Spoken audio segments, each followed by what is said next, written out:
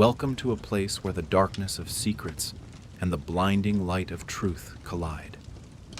Deep in the heart of the Nevada desert, a barren and harsh land where the sun scorches 1,000,000 square miles of dust, exists an area that is more than just a military base. It is a legend. It is known as Area 51. More than a location, Area 51 is a Pandora's box of military mysteries, cutting-edge technological breakthroughs, and, most notably, conspiracy theories about alien life and UFOs. But what turned an isolated patch of land into one of the most heavily guarded and controversial sites on Earth? And why has the secrecy surrounding it persisted, making it a symbol of government cover-up? To understand Area 51, we must brush aside the hazy layer of myths and return to its geographical and historical roots. Located approximately 83 miles northwest of the glittering center of Las Vegas, Area 51 is part of the Nevada Test and Training Range. This location was not accidental. The area sits within a basin surrounded by mountain ranges, creating a natural barrier that makes observation from a distance extremely difficult. This geographical feature, combined with strict government control over the airspace above, known as Restricted Area R4808N, turned it into the perfect laboratory for top-secret projects, where innovation had to be protected at all costs. The United States government officially acknowledged the base's existence in 2013, after decades of denial. However, throughout the long years prior, Area 51 had been the site for the development and testing of leading-edge spy planes and stealth technology. It was a melting pot of creativity and advanced technology. Over time, however, Area 51 transcended its original purpose. In cinema, literature, and television, it became a giant projection screen for our collective imagination, where people could ask for themselves what was truly going on. For some, it is proof of an overreaching government that conceals the truth. For others, it is clear evidence that we are not alone in the universe. The story of Area 51 began against the backdrop of a world approaching a new geopolitical reality. During the Cold War, the U.S. needed novel strategic advantages, and one of the top priorities was air superiority. The goal was to develop pioneering aircraft and surveillance capabilities that the Soviet Union could not match. It was this need for pioneering excellence and absolute secrecy that led to the selection and construction of Area 51. In 1955, the Central Intelligence Agency, CIA, sought an ideal location to test the high-speed U-2 spy plane. They needed an isolated area where they could maintain strict secrecy about a top-tier surveillance technology. The remote Nevada basin, with its surrounding mountain ranges and excellent weather conditions, was chosen. Initially, operations were kept secret. Test flights, meticulous surveillance, and logistical activities were all concealed from the public. Over the years, the facility grew, adding massive hangars, extended runways, and a large team of technical and security personnel. Everything at Area 51 was designed to protect one thing: the secret. Besides building advanced aircraft, Area 51 was also the site for the development of other military technologies, including stealth and advanced weapons systems. The facility was set up to test high-tech platforms against air and ground threats, both real and simulated. This autonomy allowed engineers and scientists to work on projects that pushed the limits of aerospace and military technology. For decades, Area 51's purpose and operations remained shrouded in mystery, evolving in parallel with technological advancements. However, the core focus of the base remains the development and testing of pioneering technologies for aerospace and military intelligence. Many activities took place in silence, but its role in the history of aviation and military intelligence is undeniable. During the Cold War, Area 51 was a critical stage for the technological race and military development, playing a key role in the fragile balance of power between the U.S. and the Soviet Union. This was an era where surveillance, speed, and the ability to conceal were paramount to survival and deterrence. With its remote location and the highest level of secrecy, Area 51 became the ideal place for such groundbreaking developments. One of the most important projects developed there was the U-2 Dragon Lady spy plane. The U-2 was an engineering marvel at the time. Designed to fly at extremely high altitudes, beyond the reach of most enemy radar and anti-aircraft weapons, it allowed the U.S. to gather critical intelligence deep within Soviet territory. The U-2 was equipped with high-resolution cameras and other sensor equipment, providing deep insight into Soviet capabilities and intentions. The development process of the U-2 at Area 51 was an extraordinary feat of engineering. Engineers had to overcome challenges in materials, aerodynamic design, and propulsion systems to create an aircraft that could fly at unprecedented altitudes and distances. They succeeded in creating a plane that combined the high-altitude capability of a balloon with the speed of a jet. The importance of the U-2 went beyond just providing intelligence data. It played a crucial role in one of the most dangerous moments of the Cold War, the Cuban Missile Crisis of 1962.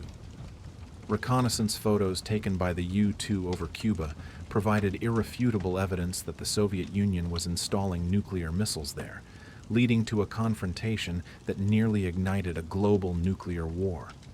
However, the U-2 was only the beginning. Area 51 was also instrumental in the development of subsequent generations of reconnaissance aircraft. Following the U-2 was the legendary SR-71 Blackbird, the world's fastest, high-altitude, long-range reconnaissance aircraft, capable of reaching speeds over Mach 3. Its advanced design, combined with radar-reducing techniques, made it virtually impossible to intercept. Preceding the SR-71 was the A-12 Oxcart, a top-secret predecessor, also tested at Area 51. The A-12 conducted covert reconnaissance missions for years, and its existence was kept under strict secrecy. And perhaps no technology is more synonymous with Area 51 than stealth technology.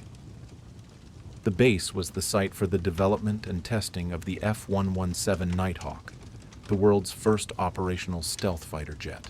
The F-117's distinct angular design helped it deflect radar waves away, making it nearly invisible to enemy defense systems. This aircraft proved its critical role in later conflicts, notably the Gulf War. In addition to developing advanced aircraft technology, Area 51 was also a place for gathering and studying enemy technology. In an operation called Foreign Technology Exploitation, captured or acquired foreign aircraft, often Soviet, were brought to the base for U.S. engineers and pilots to study. This allowed the U.S. military to understand the strengths and weaknesses of adversary technology, thereby helping them develop counter-tactics and design their own aircraft more effectively. This was a battle of wits and innovation, taking place in the absolute silence of the desert. The aerospace technology development at Area 51 also had spillover applications beyond the military domain. Advances in aerodynamics, composite materials, and propulsion systems contributed significantly to improving the performance and safety of commercial aircraft. In this way, secret innovations gradually found their way into everyday life, driving the aviation and space travel industries. Area 51 was a hotspot for technological innovation and simulation. Advanced flight simulations and virtual environments created there provided pilots and military personnel with the capability to train and test in complex and dangerous scenarios, preparing the U.S. Armed Forces to face diverse scenarios. The mystery of Area 51 stems not only from what was created within, but also from the fortified layers of protection erected to keep the outside world out. The security system and secrecy at this base are absolute, designed to guard against not only intrusion but also curiosity. Even the base's geographical location is a primary security measure. It lies deep in a remote desert region, making unauthorized access virtually impossible. But beyond geography, the man-made security measures are far more sophisticated. The entire perimeter of the base is bordered by clear warning signs, threatening the use of deadly force against anyone who intentionally trespasses. The fences are more than just chain link. They are monitored by a complex security system. Guard patrols, often referred to as camo dudes due to their camouflage uniforms, travel in pickup trucks, silently monitoring the boundary. The area is protected by Restricted Area R4808N, where civilian aircraft are prohibited from flying. Every movement within this airspace is monitored 24/7. Any stray aircraft will be immediately escorted out of the area by covert fighter jets. Inside the base, secrets are protected by stringent controls. The facility is equipped with state-of-the-art surveillance technology, including infrared cameras, motion sensors, and the most advanced intrusion detection systems. These tools are designed to detect any anomaly, triggering extremely rapid security responses. Personnel working at Area 51 must undergo rigorous background checks and adhere to the need-to-know principle. This ensures that individuals only have access to information and areas essential for their specific jobs. This strict compartmentalization prevents even internal personnel from grasping the base's full operational picture. Most employees are transported daily from a secret terminal in Las Vegas to the base via covert flights on unmarked passenger jets, commonly known as Janet Airlines. This discreet commute is part of the commitment to protecting the identity and location of personnel, adding an impenetrable layer of security.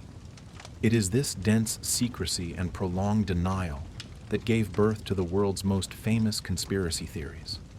When the government fails to provide an official explanation, the public fills the void with their imagination. The conspiracy theories initially stemmed from UFO sightings and unexplained incidents by pilots. Many speculated that the secret high-speed test aircraft like the U-2 and SR-71, when seen from a distance, were mistaken for unidentified flying objects. But it was the Roswell incident of 1947, although it occurred before Area 51 was officially established, that cemented the link between the base and aliens. In 1947, mysterious debris was found at a ranch near Roswell, New Mexico. The military initially announced it was a flying disc, but then quickly retracted the statement, explaining that it was merely the wreckage of a weather balloon belonging to a top-secret surveillance project. This abrupt shift created lasting skepticism.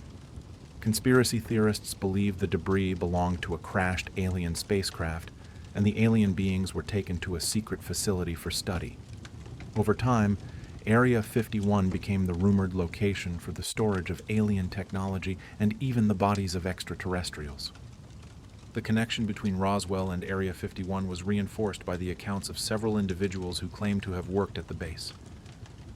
Bob Lazar is one of the most famous.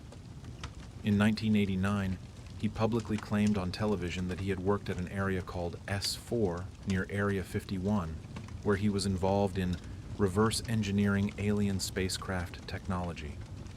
Although Lazar's story has never been verified with concrete evidence, and many elements of his account have been discredited, it amplified the Area 51 myth to a new level. It transformed the base from a secret military laboratory into the center of a global conspiracy.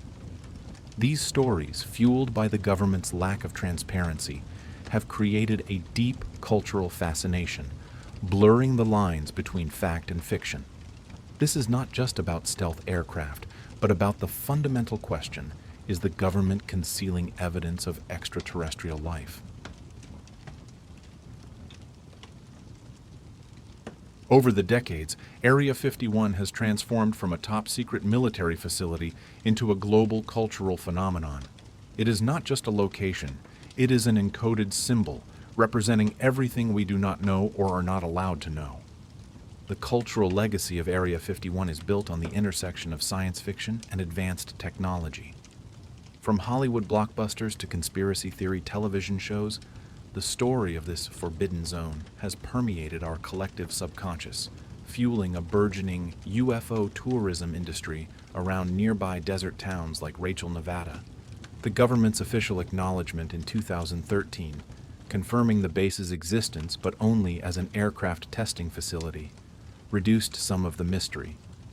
But this admission only created a backlash, with many believing it to be a legal cover-up designed to appease the public while secret activities continued. In the age of the internet and social media, the Area 51 legend has been vigorously revived. Online forums and video channels have become gathering places for conspiracy theorists and the curious, turning the base into a global guessing game. In 2019, a Facebook event titled "Storm Area 51, They Can't Stop All of Us" garnered over 2 million expressions of interest, showing the public's relentless hunger for the truth. Although only a handful of people ultimately attended, the event cemented Area 51's role as the place where public curiosity clashes with governmental boundaries. But beneath the myths of aliens and chaotic raids, a fundamental truth remains. Area 51 is a laboratory for relentless innovation. Today, the base may still be testing grounds for advanced generations of drones, hypersonic weapons technology, and cyber intelligence systems. It continues to shape the future of the nation's air superiority and reconnaissance capabilities. The operations there, whatever they may be, remain strictly classified, continuing to fuel the cycle of mystery and speculation. Area 51 is a profound reminder of the value of secrecy in national security and of the power of a legendary narrative. It embodies the eternal conflict between the public's right to know and the government's need to protect groundbreaking technology. Whether you believe the hangars conceal fragments of a flying saucer from Roswell or merely house the next generation of supersonic aircraft, Area 51 remains a powerful symbol. It invites us to look up at the night sky, wonder about the secrets the government is keeping, and on a grander scale, about the secrets the universe holds. In the late 1980s, one name was thrown into the vortex of public opinion, creating an unprecedented earthquake: Bob Lazar. Lazar claimed to be a physicist who had worked at a top-secret facility called S4, located not far from Area 51. His job, according to his account, was to perform reverse engineering on recovered alien spacecraft.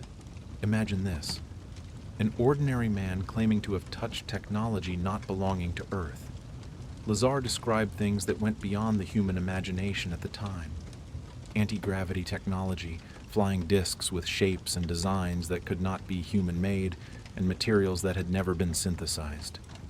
He spoke of Element 115, an element allegedly used as fuel for the spacecraft's propulsion system.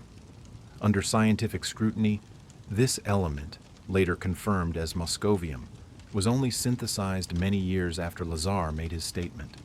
But Lazar asserted that, at S4, it was used as a super-heavy energy source, a material that allowed the spacecraft to warp space-time.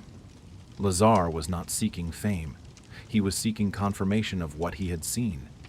He described tense, clandestine observation sessions where he had to peek through the Area 51 fences, only to see real flying discs taking off and landing in absolute silence. His account, filled with technical details and a terrifying certainty, became the foundation for the belief that Area 51 was the repository of space secrets. Lazar was not the only one. His testimony was supplemented by whispers and revelations from other sources, often former aerospace engineers or retired personnel who had worked at Area 51. They spoke of assisting work on structures allegedly not of Earth origin. Some affirmed direct contact with alien beings.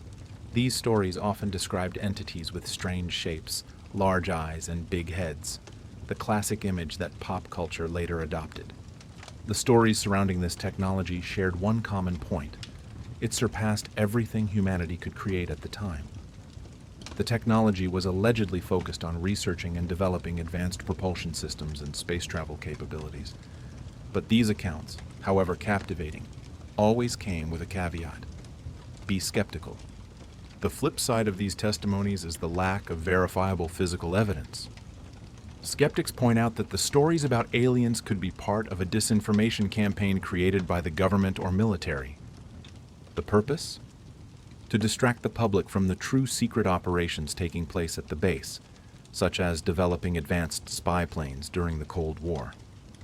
Attributing all mysterious activities to aliens was a perfect way to protect classified military technologies.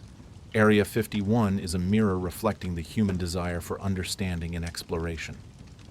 It poses the timeless question: are we alone? And if not, is our government hiding evidence of it right in their desert heartland? Area 51 is more than a military base. It is a symbol. It has escaped its physical fences to occupy a permanent position in global popular culture, becoming the default haven for all things mysterious, from top-secret technology to alien invasion. If you want to tell a story about government-concealed secrets or about extraterrestrial intervention, where do you place it? Area 51. On the big screen, Area 51 is frequently portrayed as the setting for world-scale conspiracies. In films like Independence Day, the base is depicted as a massive underground laboratory where the heroes must ultimately join forces, using alien technology to fight against them. This image has been etched into the audience's subconscious that the base houses space technology and evidence of extraterrestrial life. Television is not excluded. The hit series The X-Files continuously explored the topic of Area 51, focusing on the secret cooperation between the government and extraterrestrial entities, sustaining the myth of high-level concealment. Area 51's appeal extends to books and music. Authors use it as a mesmerizing backdrop for adventure stories and science fiction speculation. It represents the thin line between fact and fiction, where imagination is allowed to run wildest. The continuous inclusion of the area in media has created a powerful feedback loop. Conspiracy theories feed creativity, and creativity further reinforces the theories. This is an open secret, a story told endlessly, making the public increasingly eager to access the truth. This curiosity has driven many to the base's boundaries. For decades, thousands of people have made the journey to the Nevada desert, trying to see or gather evidence of what is happening inside. This activity, often called sightseeing or intrusion, always comes with extreme risk. The U.S. government has maintained an extremely high level of security there.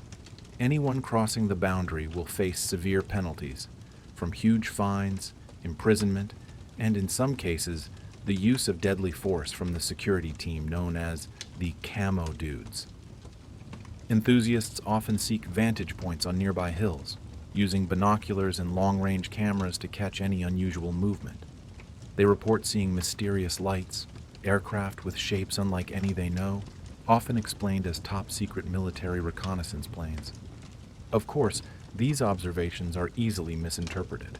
An advanced spy plane in the testing phase can easily be mistaken for an unidentified flying object, UFO. For those who have made the journey, their belief is further strengthened. If there is nothing to hide, why is such an extreme level of security necessary? This accumulated tension reached its climax in 2019 with the advent of a viral social media phenomenon, the event Storm Area 51, They Can't Stop All of Us. Millions of people responded to the Facebook call to collectively raid Area 51 and find out the truth. Although initially just an online joke, the event quickly became a serious test of government security and information control. Although the large-scale raid did not happen as anticipated, and the actual number of attendees in the area was only a fraction of those who registered, the event remains a strong testament. It shows the extent to which the Area 51 legend has become ingrained in the public consciousness. It transformed individual curiosity into a public social movement, forcing the authorities to issue warnings about serious consequences. The 2019 event did not reveal any secrets, but it exposed the collective hunger for transparency and the truth about the universe.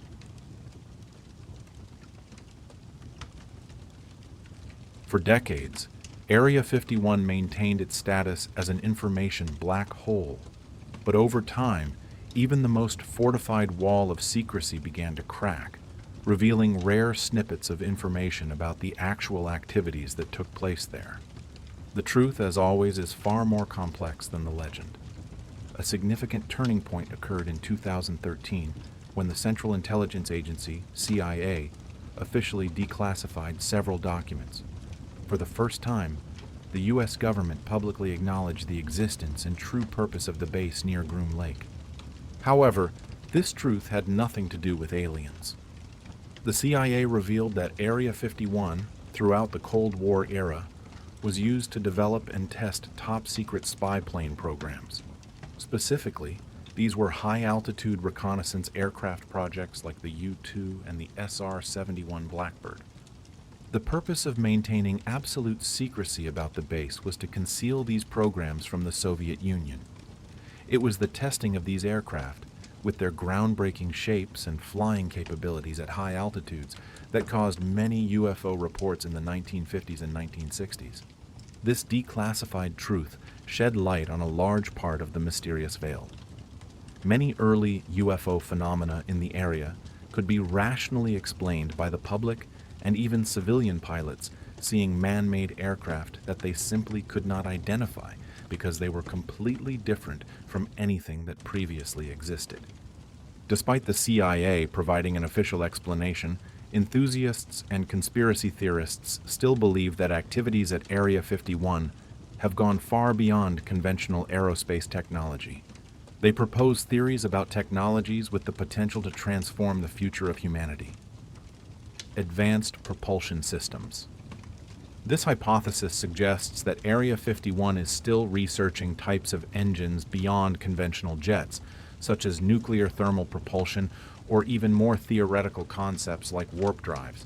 The goal is to create vehicles capable of traveling within the solar system with unprecedented speed and efficiency, serving deep space exploration or asteroid mining, cybernetics, and AI technology. Some researchers speculate that the base may be the site for the development of secret programs related to biotechnology and artificial intelligence, AI.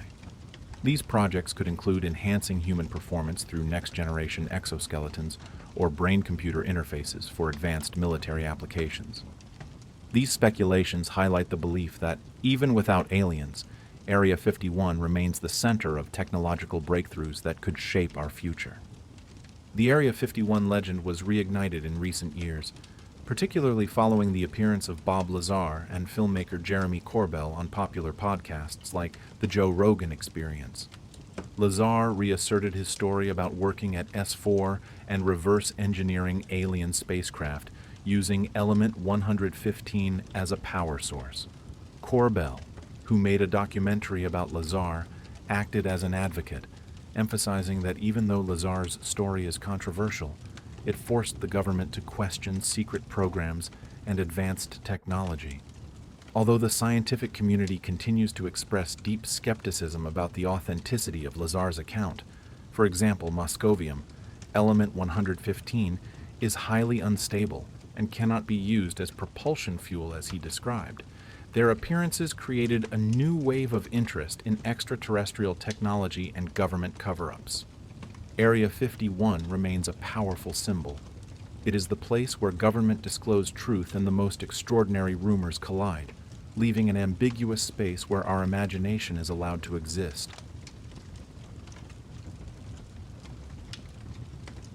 To fully understand the Area 51 legend, we cannot ignore a critical chapter in the U.S. government's history of UFO research, Project Blue Book. This project, which ran from 1952 to 1969, was the official U.S. Air Force effort to investigate and explain thousands of UFO reports.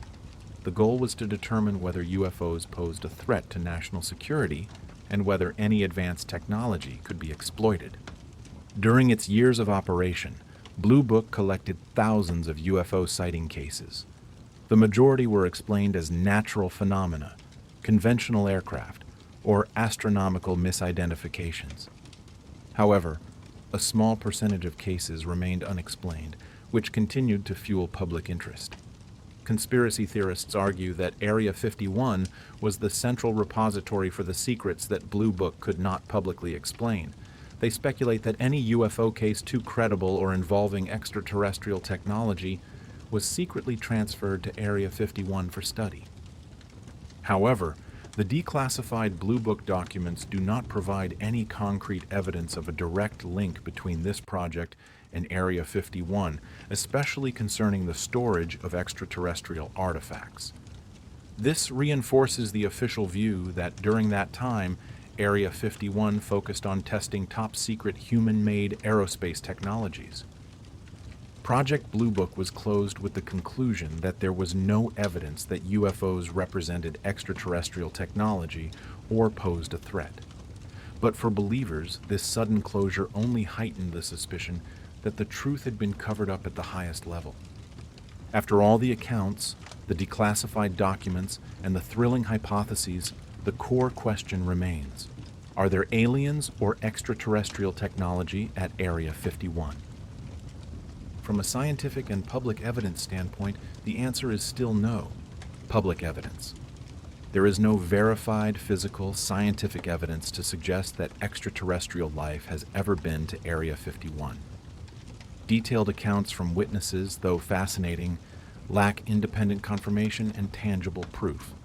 Rational explanation. Most of the base's mysterious activities, according to the CIA's declassification, are related to top-secret U.S. Air Force spy plane programs during the Cold War. These strangely shaped aircraft, flying at unusual speeds and altitudes, were the cause of many UFO reports. However, the belief in extraterrestrial life remains incredibly strong, and there is a good reason for that. The universe is infinite. With billions of galaxies, each containing billions of stars and planets, the probability of the existence of extraterrestrial life is very high. Intelligent life could exist somewhere out there, but the possibility that those beings have traveled the colossal distance between the stars to reach Earth, and specifically to hide in a U.S. military base, requires a leap in technology that we, with our current understanding, cannot imagine. Area 51, in the end, is a powerful symbol of government cover-up and humanity's cosmic curiosity. It represents the boundary between what we know and what we wish to know. Whether Area 51's ultimate secret is a next-generation spy plane or a crashed spacecraft from a distant planet, one thing remains true. Its legend has shaped our culture and fueled our imagination about what lies beyond Earth. For decades, Area 51 has been associated with the development of U.S. military aviation. From the legendary U-2 spy plane born in the early days of the Cold War to the conception of advanced stealth technology laying the foundation for the F-117 Nighthawk. This is a base where the evolution of flight was protected by an absolute security cordon.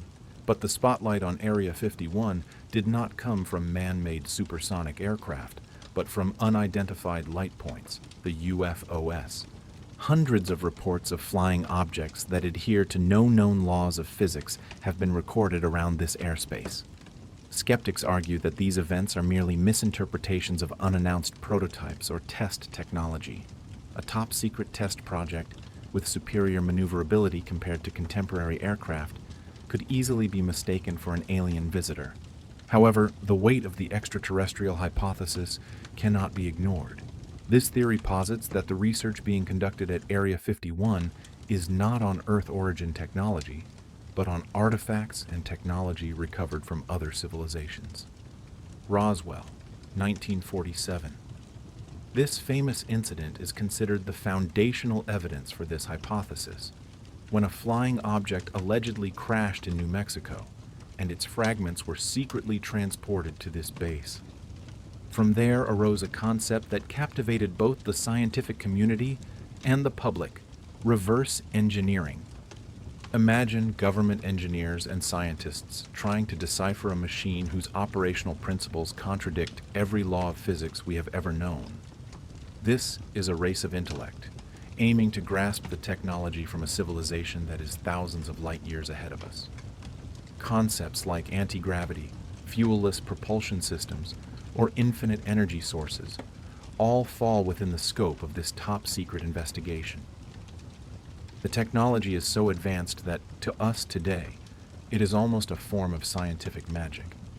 The attempt to recreate an object with such operational capabilities requires an understanding of physics at the subatomic level or an undiscovered dimension. It requires a leap in knowledge, abandoning traditional laws to embrace a new reality. Is Area 51 the barrier separating us from the future? Are the secrets kept within this desert the key to freeing humanity from current physical limitations, ushering in a new era of exploration and interstellar travel? The answer remains hidden behind the security fences, the oaths of secrecy, and the vague government statements. But for millions of people, Area 51 is more than a military base. It is a promise, a reminder that we are not alone, and that the universe's greatest mysteries may be stored right beneath our feet. Area 51 is an amplifying lens for all types of hypotheses, ranging from science fiction to more rational explanations. Not every light on the Nevada night sky has to be an alien spacecraft. Some researchers propose a range of other explanations, eschewing the extraterrestrial hypothesis in search of a truth closer to Earth. Time travel. Hypothesis. Some of the biggest speculative theories suggest that UFOs are time travel vehicles, piloted by humans from a distant future. Area 51, in this view, researches not only space, but also space-time. Natural atmospheric phenomena. Unidentified objects are sometimes just a misinterpretation of rare atmospheric or astronomical phenomena. The special climate and geographic conditions in the Nevada desert can amplify these phenomena, leading to misidentification. Holographic projections. Some believe that UFOs are top-secret holographic projections, used in psychological warfare programs or advanced camouflage technology, a tool that creates optical illusions in the sky to distract opponents or the public. Electromagnetic technology weapons. Advanced radar systems or electromagnetic weapons tested at Area 51 might create anomalies in the sky, which the public mistakes for UFOs. But when we step away from technological debates, another story takes hold of the mind. An urban legend about cruelty and biological experimentation. Project Abigail. This story is often described as a declassified secret document revolving around a woman named Abigail Wester. A young university student, she allegedly volunteered for an extremely sensitive research project at Area 51 right after World War II. The nature of the experiment was purportedly related to testing the limits of human physiology in the context of deep research into human technology and capability. To ensure confidentiality, volunteers were required to sign strict secrecy agreements. However, what happened to Abigail is described as a horrifying transformation. She allegedly underwent grotesque physical and psychological changes. Unofficial reports describe gruesome changes to her face and body, making her unrecognizable. She became unable to speak normally, moved suggestively, and lost most of her cognitive functions, falling into a state of no longer being human. Many scientists tried to reverse the process, but all efforts failed. Ultimately, she was confined to a specialized laboratory named Project Royal Abigail. The tragedy culminates with the story of her father, Albert Wester, who allegedly took his own life after witnessing what happened to his daughter. However, before he died, he left a cryptic message. He would rather have his daughter become something than witness her suffering in that experiment. Although recounted as a true event at Area 51, the Project Abigail story has deep roots in internet folklore, specifically the creepypasta genre, horror stories spread online. Some believe this story may have been inspired by real experiments, such as the incident at Biosphere 2 in 1992, a closed ecological research project where humans were isolated. Area 51, with its security and mystery, is merely a perfect backdrop for these cautionary and horrific tales to take root.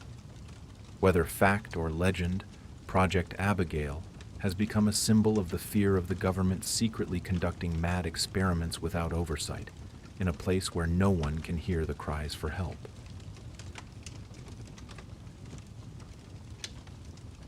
Behind the mysteries of UFOs and top-secret projects is a persistent real-world conflict, where national security confronts public health and legal accountability.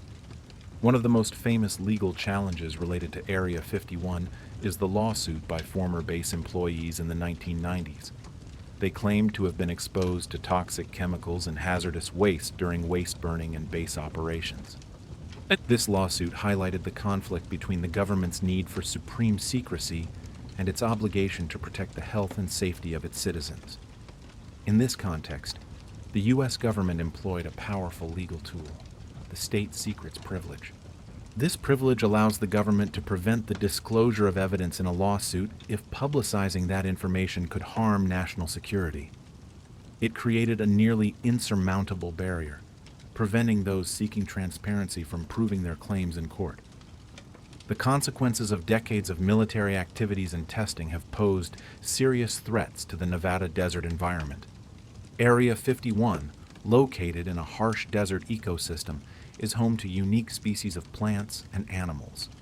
The discharge of toxic chemicals and noise pollution from test flights have caused undeniable negative impacts. Another major concern is water resource usage. Base operations require a large amount of water, while Nevada is an arid region. Excessive water withdrawal from the Groom Lake Basin could deplete groundwater sources, affecting both nearby residential areas and the fragile desert ecosystem. Area 51 is not the only secret military facility in the world. Globally, nations maintain similar top-secret military and research bases, where technological and military advancements are kept classified. Kapustin Yar, Russia. Established in 1946, this is a testing area for intercontinental ballistic missiles and aerospace technology. Like Area 51, it also has a long history associated with UFO reports and mysterious investigations. Porton Down, UK. The UK's Defence Science and Technology Laboratory, famous for its chemical and biological weapons research activities. Although not directly related to UFOs, this facility also faces accusations of controversial experiments, particularly concerning human health. Lop Nur, China.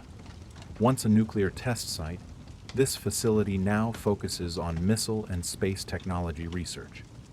China's high level of secrecy about its military and technological capabilities makes Lop Nur a global mystery. Pine Gap, Australia. A joint satellite tracking facility between Australia and the U.S. near Alice Springs. Although described as a research station, its role in intelligence gathering has made it a focal point of attention and controversy.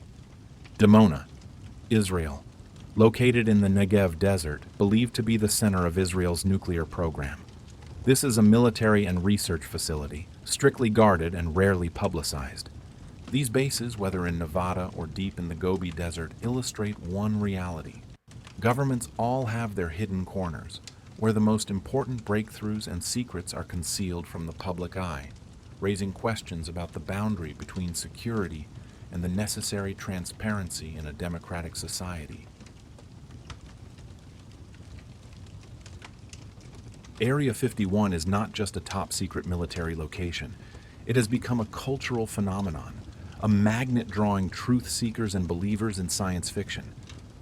The small town of Rachel, Nevada, located along the extraterrestrial highway, has become the unofficial capital for UFO enthusiasts. Here, pilgrims gather at roadside inns like the Little Alien to exchange stories, hunt for lights in the night sky, and buy alien-themed souvenirs. Area 51's fame has spawned a small tourism industry, transforming this isolated desert region into a peculiar pilgrimage site. But this cultural fascination has also given rise to tense interactions between the base and the public. The most famous recent event is the Storm Area 51 raid in 2019. Millions responded to the social media call to collectively storm the base, with the utopian goal of seeing the aliens. Although the event was primarily humorous and only a small number of people actually showed up, it forced the government and military to issue public statements about the base's security level and actual nature. In recent years, the U.S. government has taken unprecedented steps to declassify and acknowledge the existence of videos and reports of unidentified aerial phenomena, UAP, a more modern term for UFOs. The Pentagon's release of videos like Gimbal, FLIR, and Go Fast confirmed that military pilots have interacted with flying objects capable of maneuvers that exceed our current aerospace technology.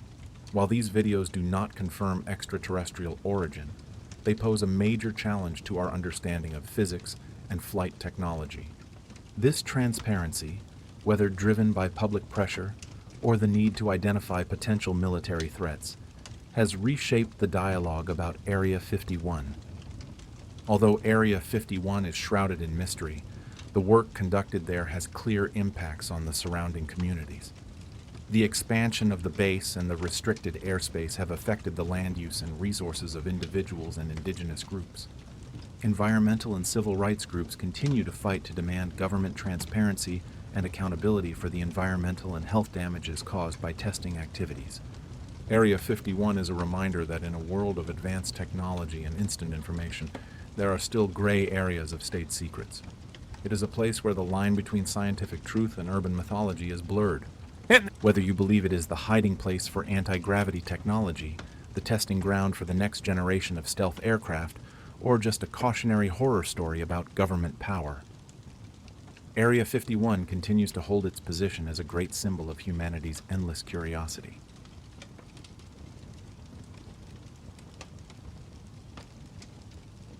Perhaps there isn't a child on this planet who hasn't been captivated by the dream of the ocean at least once.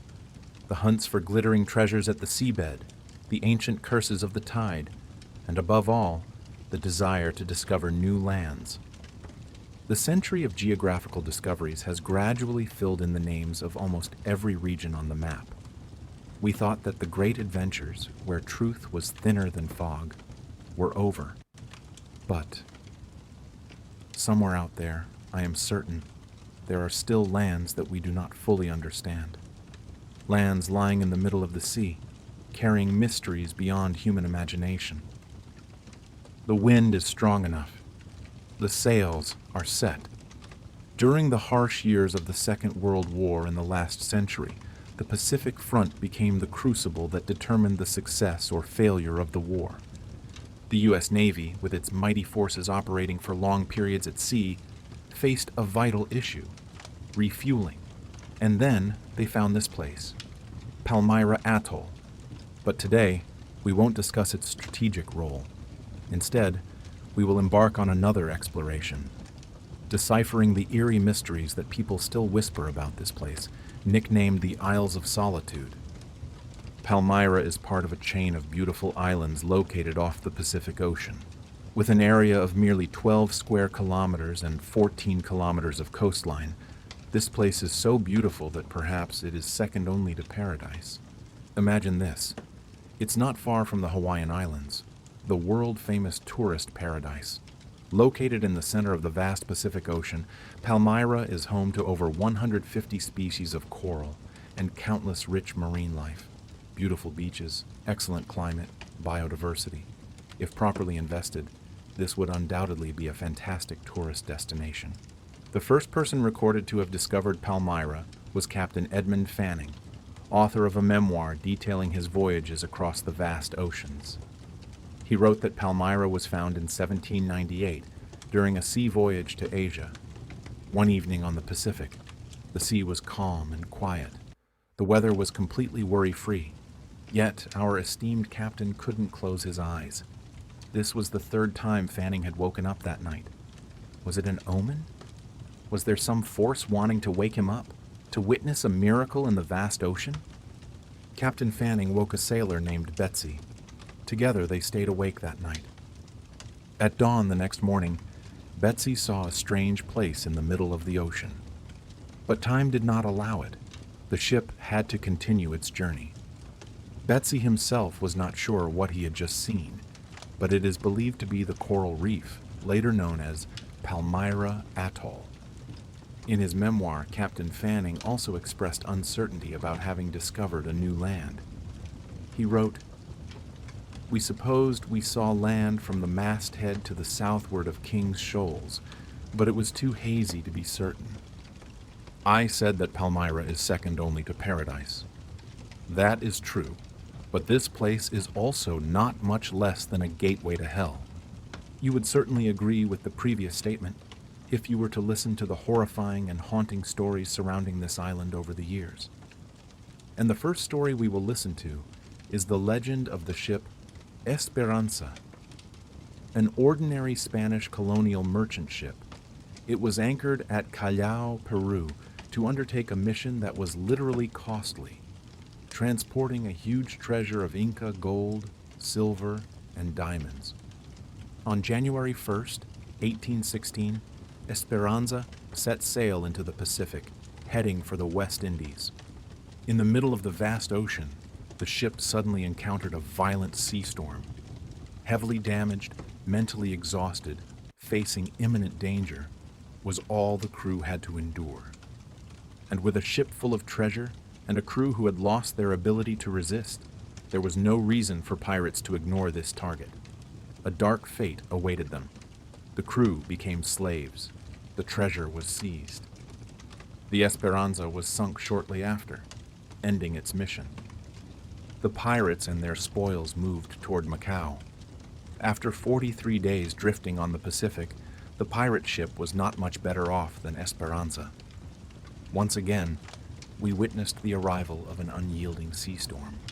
The pirate ship's mast was broken, and it drifted and crashed onto the coral reef around Palmyra Atoll. All 90 people survived. All efforts were made to pull the ship closer to shore with the hope of repairing it. However, this was impossible.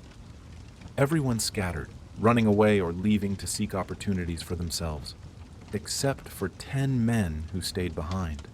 They tried to survive on the island's water and food, both to sustain life and to nurture the hope of returning to the mainland with the precious treasure. They stayed there for a year, guarding the treasure. Then they spent 3 more months building a small escape boat, but it wasn't enough for everyone. 6 men boarded the boat, leaving the island to seek help. The remaining 4 men continued to stay and guard the treasure. The journey to seek help was likely not smooth either. Once again, sea storms hounded these people. Only 2 out of the 6 survived, saved by luck by an American whaling ship. The rest perished, and among the 2 rescued, only 1 survived until reaching a hospital on the mainland. That person was James Hines. But only 30 days later, James Hines passed away, leaving behind scant and mysterious bits of information related to an island containing a huge treasure somewhere in the Pacific. Spanish gold pesos, rare artifacts, pre-Columbian artworks. To this day, no one knows where the treasure might have been hidden on the island. The fate of those who left to seek opportunity, and the 4 who stayed behind to guard the treasure, also remain an unsolved mystery forever.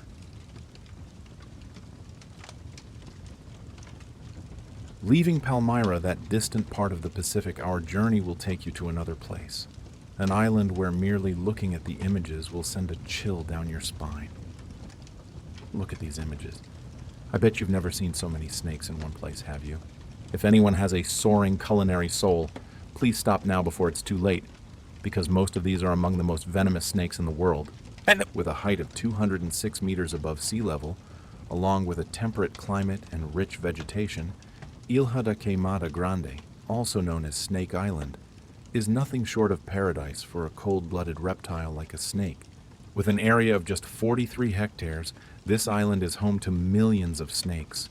The density is terrifying, from 1 to 5 venomous snakes per square meter. It would certainly take more than ordinary courage for you to set foot on this place for exploration. But why did this place become the kingdom of snakes? About 10,000 years ago, Queimada Grande was originally part of the mainland of present-day Brazil. However, over time, as sea levels rose, it was separated, becoming a completely isolated island. And this, the golden lancehead, Bothrops insularis, is the island's sole resident, a unique, peerless masterpiece of creation, but immediately followed by unexpectedly deadly venom. This species of snake cannot escape the island, and there are no predators that can come here to control their numbers. Meanwhile, their main food source, migratory birds, arrive here in large numbers. The isolation and abundant food source created a frightening evolutionary marvel. The golden lancehead only lives on Snake Island. This rarity is another issue we need to address. It is believed that their venom has the ability to melt the surrounding muscle and flesh tissue. This is because the venom contains hemotoxin, which corrodes flesh and tissue. This powerful venom evolved to kill prey quickly, making it easier for the snake to swallow its prey, usually birds, without having to chase it. Although biologically terrifying, this has not deterred the curiosity of adventurers. However, since 1920, the Brazilian government officially banned ordinary people from the island to prevent the risk of fatal accidents. Annually, only the Brazilian Navy goes to the island to maintain the lighthouse, or specially licensed scientists visit to study this unique snake species. This island is a crucial laboratory for biologists and researchers. As the sole creature of Snake Island, the golden lancehead is always the target of those with bizarre collecting hobbies. Due to the soaring demand in the black market, from scientists to collectors of rare animals, wildlife smugglers, also known as biopirates, have continuously visited this dangerous island. These thieves will trap the snakes and sell them through illegal channels. A single golden lancehead currently costs from $10,000 to $30,000 USD. Imagine, with the enormous number of snakes on the island, its value is not far behind the legendary treasures of Esperanza. Snake Island may be terrifying from a biological perspective, but if you have faith in the spiritual world, then our next destination is truly a haunted place.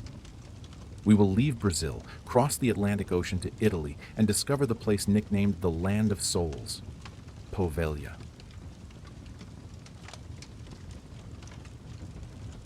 Leaving Brazil, we arrive at the Italian Sea, where there is a small, solitary island nestled in the Venetian lagoon, Poveglia. It's not by chance that people call this place the Land of Souls. Poveglia's history is a sequence of tragedies, a story spanning thousands of years of isolation and death. According to legend, the Romans used this place as a mass grave for victims of epidemics, to quarantine them from the healthy community. By the 14th century, the island again became an object of contention, leading to bloody wars between the Venetians and the Genoese. We don't know exactly how many people rest here forever, but they weren't the last. In the late 18th century, when the bubonic plague was raging and killing millions across Europe, Poveglia once again became a quarantine station. 2 ships docked on the island, bringing the sick, concentrating them as a point of isolation from the outside world. To call it a quarantine facility is just a name, for in reality, once again, it became the mass burial site for hundreds of thousands of people. The sick were thrown into large pits on the island and cremated during that chaotic period. Even those with symptoms resembling the plague were immediately taken to be burned alive. It is estimated that about 160,000 victims were burned alive on this island, a figure too immense to imagine, making Poveglia's soil, according to rumors, more than half human ash. Time passed. By the 20th century, for a brief period, Poveglia was owned by the Italian state and was again used as a quarantine station. In 1922, the old buildings were converted into a hospital for the mentally ill, and it is this period that the story of Poveglia truly becomes horrifying and widely rumored. Rumors began to circulate about ghastly experiments conducted on the very psychiatric patients confined to the island. Most famous is the story of the mad doctor who directly managed the patients there.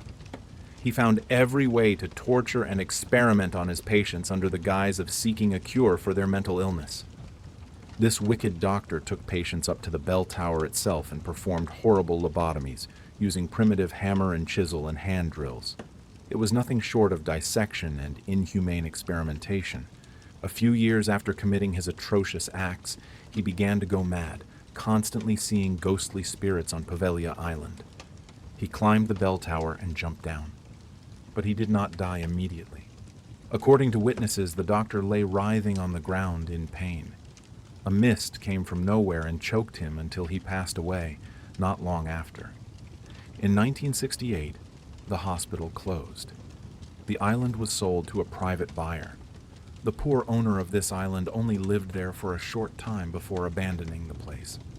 Gradually, No local resident or tourist dared to visit. Rumors about bizarre paranormal phenomena on Poveglia are numerous. The most famous special story is perhaps about the little girl Maria, a young victim of the plague.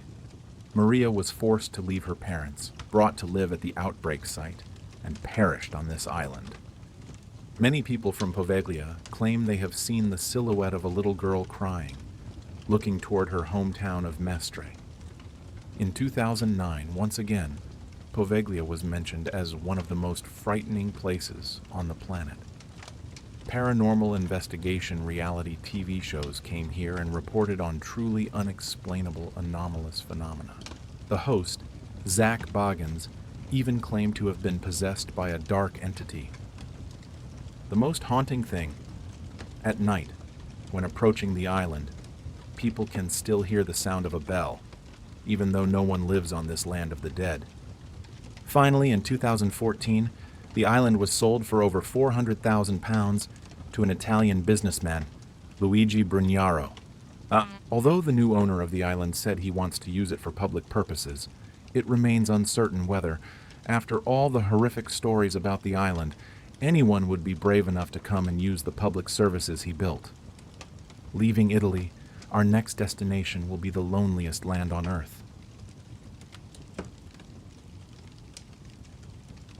Leaving behind human tragedies and biological chaos, our final journey will take us to a place nicknamed the loneliest land on Earth, Bouvet Island. Bouvet Island is so solitary that you can draw a circle with a 1,000-mile radius, about 1,600 kilometers, around it without touching any other land mass or island. Located in the harsh waters of the South Atlantic Ocean, between Argentina, South Africa, and the Antarctic region, the island is claimed and controlled by Norway. This nation considers it a protected nature reserve, uninhabited and still desolate, almost completely covered in ice and snow. It cannot be a tourist destination, even for the most adventurous. You are seeing the image of the person who first discovered the island, Captain Jean-Baptiste Charles Bouvet de Lozier, the commander of the French fleet. You probably recognize that the island is named after the person who found it. However, like when Columbus discovered the Americas, Bouvet had no idea he had just discovered a new land. After 2 unsuccessful approaches due to dense fog and bad weather, he saw the island in 1739, but mistook it for part of a southern continent, and he incorrectly recorded its position. Bouvet de Lozier's position was so inaccurate that when Captain James Cook searched for the island on his expedition 30 years later, he failed completely. It wasn't until 1808 that an English seal hunter, James Lindsay, found it, but he did not record the precise coordinates. In other words, the island disappeared from the map for decades.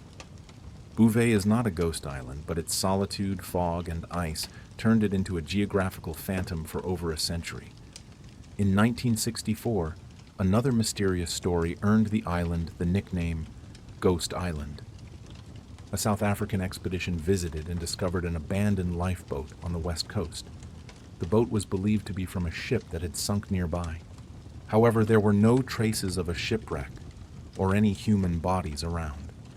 The boat was well preserved, with no signs of excessive damage. Where did this boat come from? Who used it? And where did they go? It all remains a mystery. Many believe it was a trace of the ship Relief, a Norwegian cargo ship that went missing near the area a year earlier. But what happened to the crew? Did they make it to shore? And why was the boat abandoned while they completely vanished? To this day, the question remains. The mystery of objects left unexplained on a land that is almost impossible to set foot on makes Bouvet a permanent solitary curse. And this, perhaps, is the most baffling mystery related to a story of explorers. To assert sovereignty, Norway built an automatic meteorological research station called the Vostok Station in 1977. This station was designed to collect weather and climate data without human presence. In 1978, a Norwegian expedition flew to check the station. They found that the Vostok Station had completely disappeared, leaving only an empty rock foundation. A landslide? Or a storm that swept it away? And next to the remnants of the research station, they discovered strange footprints imprinted in the snow. These footprints did not resemble the boots of any scientist or expedition equipment. In an area that is naturally uninhabited and extremely difficult to access, where did these footprints come from? Did some force visit the island after the research station was set up, and before the expedition came to check? The disappearance of a sturdy research station, along with the unexplained footprints, has made Bouvet Island one of the most frightening places in the South Atlantic, where the truth is buried under the eternal ice. From the cursed treasure of Palmyra to the viper kingdom of Quemada Grande, the weeping souls of Poveglia, and finally the mysterious solitude of Bouvet. Our journey has passed through lands where the line between reality and legend blurs.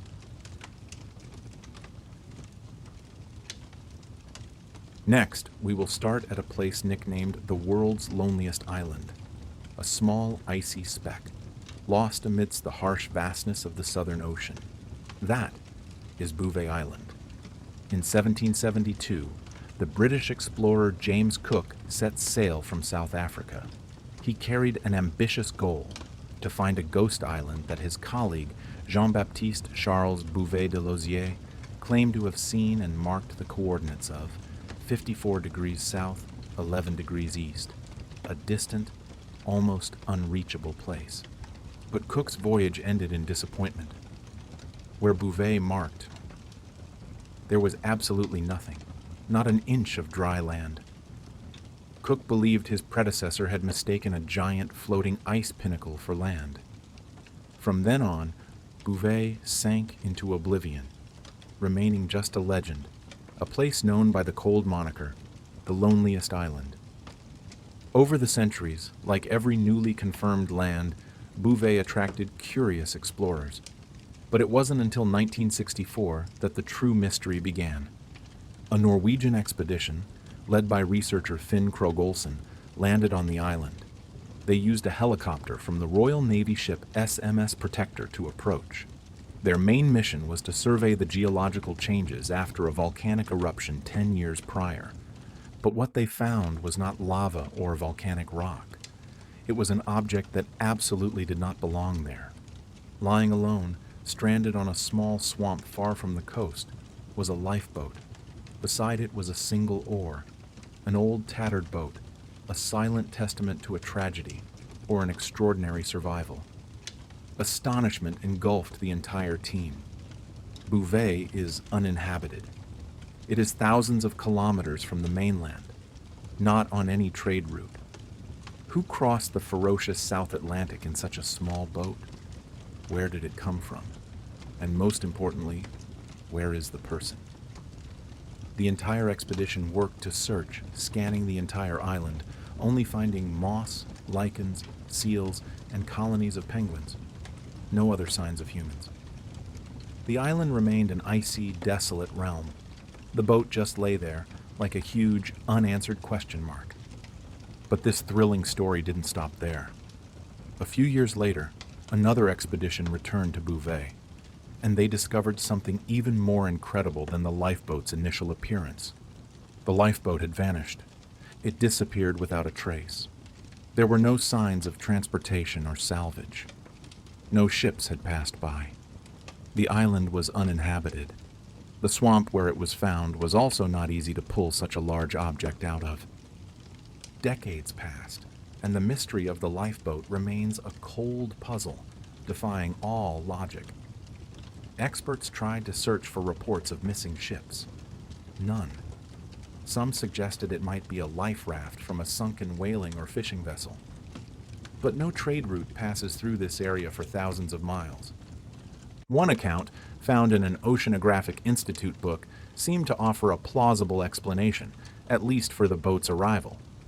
In 1988, just a few years after the strange boat discovery, a Soviet scientific reconnaissance ship called Slava 9, part of the Slava whaling fleet, arrived in the Antarctic. Information indicated that a group of sailors had landed on Bouvet but were stranded for 3 days due to bad weather conditions before being rescued by helicopter.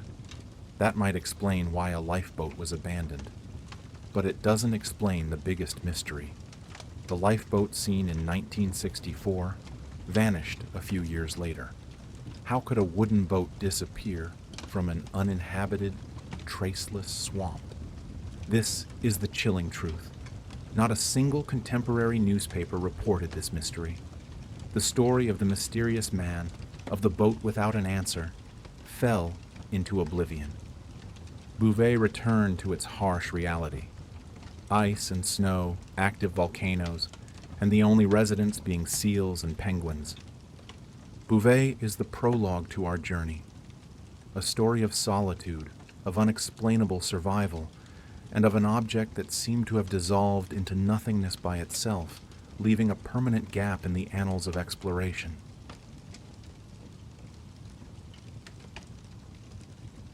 If Bouvet is the absolute solitude of nature, then our next stop is solitude wrapped in trapped spirits. Leaving the icy ocean, we head towards North America, to an ancient canal system in Mexico, Xochimilco. Hidden amidst the stagnant canals is a small, peculiar, and indescribably frightening island. It is known by the name Isla de las Muñecas, the Island of the Dolls. Perhaps upon seeing this scene, you will immediately associate it with horror stories about haunted dolls, like Annabelle. But the story of this island is much more complex and tragic. The island is home to hundreds of dolls. They are not new toys, but discarded, deformed objects, missing heads, missing limbs, with soulless eyes staring out into space. They are hung, nailed, and scattered everywhere, creating a ghastly collection that sends shivers down the spine of even the bravest. The person who created this haunting doll cemetery was Don Julian Santana Barrera, the island's sole caretaker. Julian's story originates many years ago, from a tragedy no one witnessed. It is said that a young girl mysteriously drowned in the canal near the island. Her soul was believed to have been unable to pass on, trapped there, and disturbed by other malicious spirits dwelling in the darkness. That was the belief that haunted Don Julian. Due to loneliness and obsession, he decided to leave his family and move to live alone on this desolate island. It was here that he found the unfortunate girl's body drifting in the canal. Don Julian believed that these dolls would be a way to comfort, and more importantly, to protect the girl's unhappy soul from other wicked spirits. He began a new life, sailing to nearby towns, exchanging or begging for discarded dolls, bringing them back to the island. Their condition didn't matter. Headless, cracked, broken legs, all were accepted. Julian meticulously repaired them. He used superfluous parts from one to patch up another, creating figures more grotesque than their original state. And after completion, he hung them everywhere, on skinny branches nailed to rotten fences. While it's unclear whether the dolls truly house the poor, innocent spirits, they have become a perfect home for other creatures. You can easily spot giant spiders weaving webs to cover the soulless glass eyes, ants and bugs crawling out of the dolls' torn mouths. That scene only increases the eeriness and disgust. But it is this tragic story and unique scene that have made Isla de las Muñecas famous globally. It turned into one of Mexico's most popular tourist destinations, attracting hundreds of thousands of curious visitors each year who want to experience a chilling sensation. And the most frightening thing is the rumors. Locals and some tourists sailing near the island believe they have seen the dolls blinking, moving their limbs, or whispering to each other in the night. Some even assert that those soulless eyes tried to lure them to the island, deep into the dark forest. Don Julian's life ended right on this island in 2001, and his death was as mysterious as his plastic friends. It is said that one day in April, while he and his nephew Anastasio were fishing at a small dock, Don Julian heard a mysterious call from the water. He seemed unable to resist. When Anastasio returned, he found his uncle's body floating on the water, right at the very spot where, many years ago, Julian had discovered the drowned girl. Did the girl's soul return to greet him? Or did the malicious spirits residing in the dolls drive him mad and ultimately take his life? Now many believe that Don Julian's soul has joined the other spirits on the island. Isla de las Muñecas is not just a museum of horror, but a memorial to obsession, loneliness, and an unsolved mystery. We have visited Bouvet, the site of the disappearing lifeboat. We have stopped at the island of the dolls, the place of trapped souls. Now, let us search for a ghost island in the truest sense, a place that cannot be found, a land that appears and disappears, full of mystery. Crocker Land.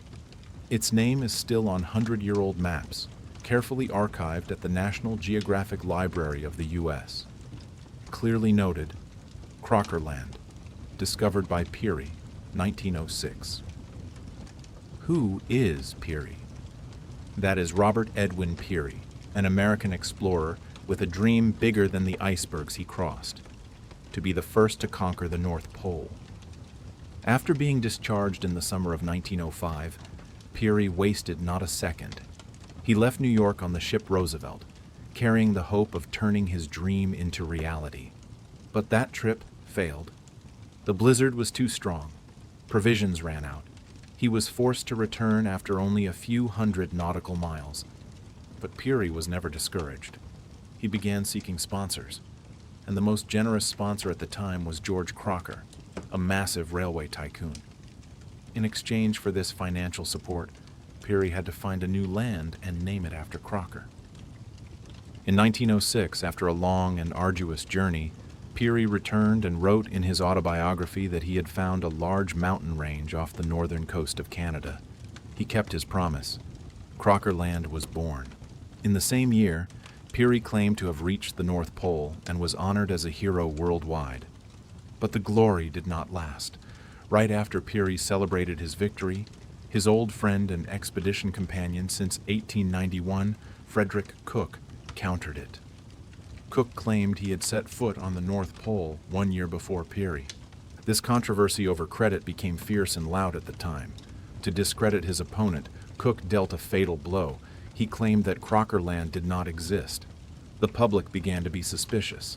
To protect Peary's reputation and clarify the truth, explorer Donald McMillan from the University of Illinois and the American Geographical Society set out in 1913 to search for Crocker Land. McMillan and his team were equipped with the most advanced gear of the time, but an exhausting and hopeless journey unfolded. There was no island as Peary described. Everyone was discouraged, preparing to return. Then a small miracle appeared. A U.S. Navy sailor in the team claimed he saw a huge white mountain on the horizon. A faint hope. The expedition searched that area for 5 long days, but the result was still 0. McMillan suspected the sailor had experienced a fata morgana phenomenon, a complex visual illusion caused by the refraction of light in layers of air with different temperatures, making distant mountains appear to be hovering on the horizon. They were forced to return, but McMillan's return journey was a real torment. Harassed by severe weather, the sled dogs slowly died in the ice and snow. They had to hold out for 3 long years until they were rescued in 1917. Throughout those 3 years, McMillan worked to collect more images and scientific data, but saw no sign of the island whatsoever. After all, McMillan never officially questioned Peary about the existence of Crocker Land. Peary himself defended that, near the North Pole, visibility is very limited, and observation is extremely difficult, especially when everything is white with ice and snow. The sad reality is, the personal notes of Peary's team members also never mentioned this land. But for the sake of honor and national pride, none of them wanted to speak out officially. More than a century has passed. The story of Crocker Land has become a legend, a reminder of the fragility of truth in the world of exploration. Its remnants only exist on old maps, evidence of a land born from ambition and illusion. Let's put aside the ghostly illusions for a moment. Now, we come to a real treasure, a bloody curse, and a mystery that has lasted for over 2 centuries. Welcome to Oak Island in Canada, where the story of the legendary money pit began in 1795. It was a summer night when a teenager named Daniel McGinnis saw strange lights emanating from the deserted island off his coast. Being an uninhabited, heavily wooded island, the light was an irresistible invitation. The next day, Daniel and two friends, John Smith and Anthony Vaughn, rode to the island. They discovered a peculiar pit in the forest, about 3 meters in diameter. The surrounding area had been cleared, and oak trees seemed to have been deliberately cut down. A shallow pit, perfect for burying something massive. The excitement of the teenagers was completely justified. The period from 1690 to 1730 is considered the golden age of piracy. The waters near Oak Island were the ideal place for notorious pirates, like Captain William Kidd, who once confessed to burying treasure there before his capture, to hide their spoils. Daniel and his friends began to dig. Down about 1 meter, they discovered a stone slab concealing a shaft. The deeper they went, the narrower the shaft became. At a depth of 3 meters, they hit oak planks blocking the way. 7 meters, another layer of wood, signs of a heavily protected structure. Although they failed the first time, Daniel never forgot the money pit. 9 years later, he returned with a new group of companions. This time they dug deeper and found a crucial clue: a large stone slab inscribed with a mysterious cipher. Unfortunately, they could not decipher it, and one member of the group later even used the slab as a fireplace tile. And then, the island's punishment began. As the explorers tried to dig deeper, the pit suddenly filled with water. That was the beginning of an ingenious water trap system, a flood system that never ran dry. In 1803, a larger company was founded, the Onslow Company, determined to conquer the treasure. Their excavation led to an astonishing discovery. A layer of coconut fibers was found on wood fragments deep in the ground. Coconut fiber is not native to Canada.